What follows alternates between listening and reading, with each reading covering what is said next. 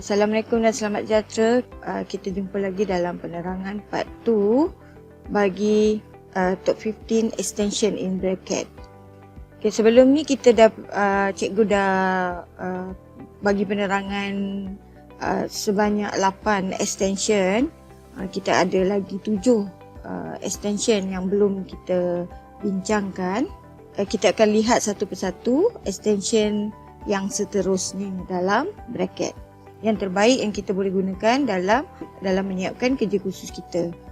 Okey, yang ke-9 ialah color hint, di mana extension ni kita gunakan dalam file .css yang mana dia memberi kemudahan kepada kita sebagai pengguna untuk mencari warna yang sesuai untuk background dan juga warna untuk font.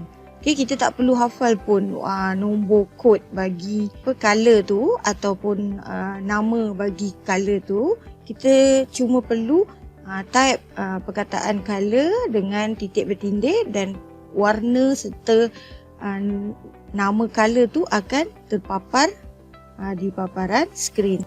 Okey, kita tengok bagaimana fungsi color hint ini. Okay, kalau kita tak ada fungsi extension tadi, kita type perkataan color dengan titik bertindih, kita tak akan dapat paparan seperti ini. Okay, apabila kita type saja perkataan color titik bertindih, okay, automatik kita akan diberikan paparan warna serta nama warna. Okay, contoh cikgu pilih satu ni. Okay.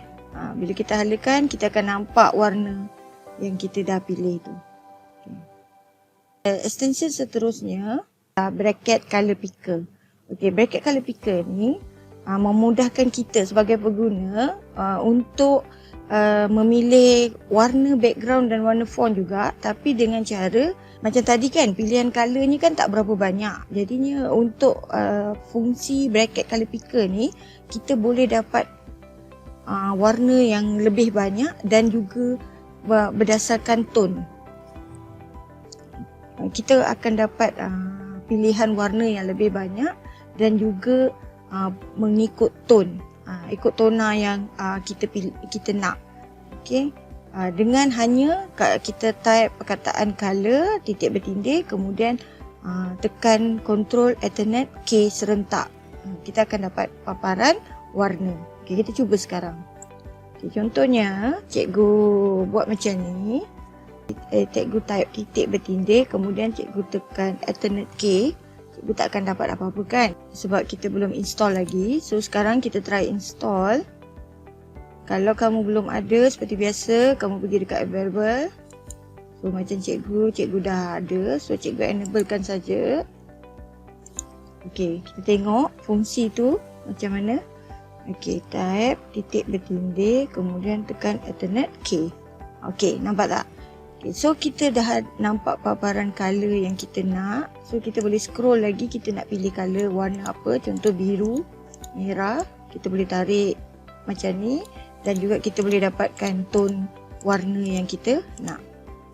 Lebih gelap, lebih cerah, macam tu. Okey, apabila kita dah setuju dengan color yang kita nak, kita just klik saja di luar dan kita akan dapat warna tersebut. Okey. Okey, ni warna yang kita dah setuju tadi. Okey. Kita pergi pula extension seterusnya. Extension color highlighter ni pula, yang ke-11 ni, memberi kemudahan kepada pengguna untuk melihat direct color apa yang kita pilih di sebalik perkataan yang kita type. Okey, contoh kalau kita pilih color red, okey, so kita akan dapat highlight di belakang color red tu warna merah. Kalau kita pilih kuning, okey, yellow, akan nampaklah warna kuning dekat belakang perkataan yellow tadi. Kita pergi kat bracket sekarang. Cikgu nak tunjuk dulu. Sekiranya kita belum install lagi, kita tak akan nampak background color dekat belakang warna yang kita pilih. Okay, kita pergi tengok ada orange, blue, violet, lepas tu ada white, dark red, lepas tu light coral, red. Okay, so kita tengok macam mana bentuk colornya perubahan yang kita akan nampak bila kita install color highlighter. Sekarang ni, bila dah ada fungsi tu, kita pergi dekat sini, kita type perkataan tadi.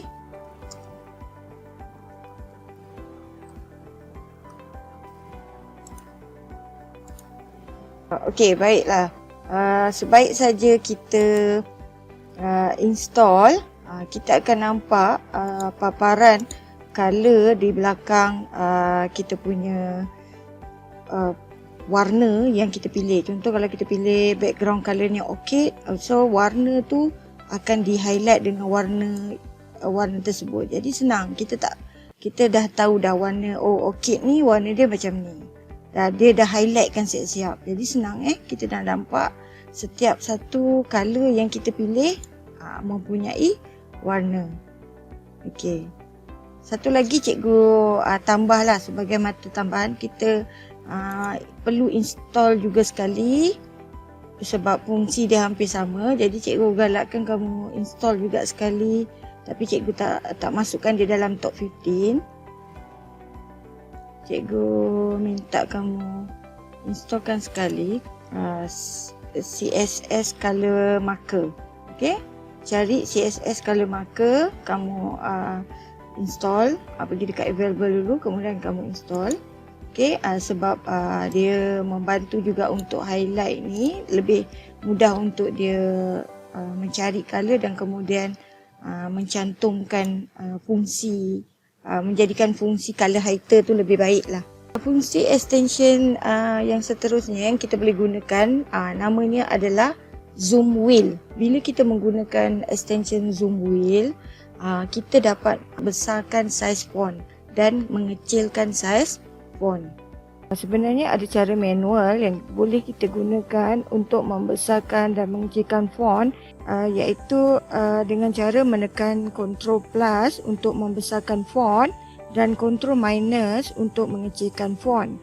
Tapi dengan menggunakan zoom wheel, ianya jadi lebih mudah apabila cuma perlu menekan Ctrl dan kemudian scrollkan pada mouse ke depan dan ke belakang untuk membesarkan dan mengecilkan font. Kita cuma tekan menggunakan satu jari saja, tekan Ctrl dan kemudian kita boleh tolakkan mouse tengah kita tu yang ada roda tu, wheel tu, lebih mudah. Extension yang ke-13 adalah extension brackets file tab, yang mana ia memudahkan pengguna untuk mencari file yang paling latest yang kita edit. Ianya memudahkan kita untuk melihat beberapa file dalam masa yang sama, di mana file tersebut diletakkan di bahagian tab, di bahagian atas coding yang kita sedang type. Jadi apabila kita nak mencari file tersebut, kita hanya perlu klik saja pada bahagian tab di atas, dan selalunya kita menggunakan bracket file tab ni apabila kita nak membuat comparison antara kedua coding, supaya mudah kita nak tengok, nak compare kan kedua-duanya, dan juga kita nak melihat coding yang paling latest yang kita dah edit. Jadi kita boleh tahu yang sebelum ni kita baru lepas edit file yang mana. Ini adalah contoh paparan sebelum kita install extension bracket file tab ni, di mana kita cuma nampak paparan file tu di bahagian kiri bracket. Jadi nanti bila kita install saja, kita akan nampak beberapa file yang kita baru gunakan atau baru kita buka sebelum ini di bahagian atas. Okey, kita tengok contoh. Ini adalah contoh setelah kita menginstall extension tersebut, dan kita akan nampak beberapa file yang terkini yang baru saja kita gunakan dan baru saja kita edit atau yang baru kita buka sebelum ini. Okey.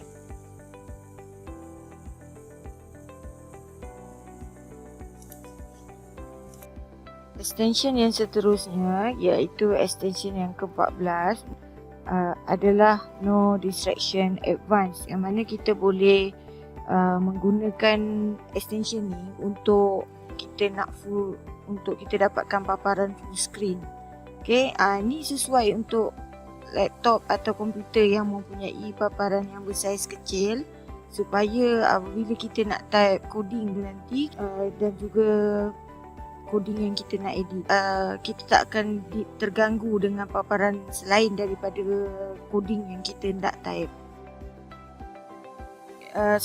Selepas kita install kita punya extension ni, kita boleh cari dekat bahagian paparan view, kemudian pilih no distraction, kita akan dapat paparan full screen. Kemudian apabila kita nak kembali semula ke paparan biasa, kita pergi balik semula ke tempat yang sama, pergi dekat view, pilih semula klik pada no distraction tu, nanti akan dapat semula paparan biasa.